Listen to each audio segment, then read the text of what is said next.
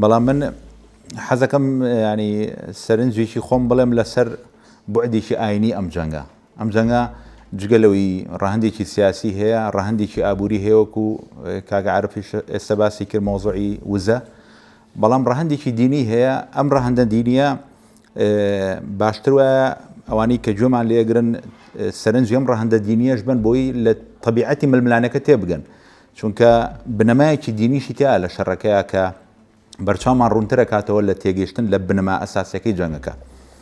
ئێمە سێ تەرەف لەسەر لە شەڕان، دانەیەکیان ئێرانە، لەو بەریشەوە ئەمریکا و ئیسرائیلە. دوو لەم دەوڵەتانە بە ئیمتیاز دەوڵەتی دینین. ئێران دەوڵەتێکی شیعە مەذهەبە و هەویەکی ئاینی هەیە، و ئیسرائیلیش دەوڵەتێکە لەسەر وعدێکی تەوراتی دروست بووە و دەوڵەتێکی یەهودیە. ئەمێنێتەوە ئەمریکا کە زلهێزێکی ئابووری و سیاسیە، ئەویش ڕێگوڕیشەی ئاینی هەیە و بنەمای ئاینی لە ناو شەڕەکەیە وجودی هەیە.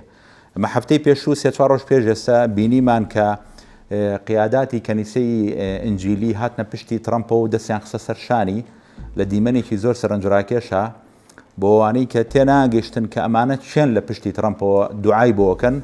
ئەمانە ئەوانن کە ترەمپ ئینتیمای هەیە بۆ ئەو کەنیسەیە کە کەنیسەی ئنجیلیە، و ئەمانە ئەوانن کە لە پشتی سیاست و پشتیوانیکردنی ترەمپەوەن، و ئەوانیشن قەنەعەتیان بە ترەمپ کرد لە دەورەی یەکەمە سەفارەتی ئەمریکا نەقلی ئۆرشەلیم بکە.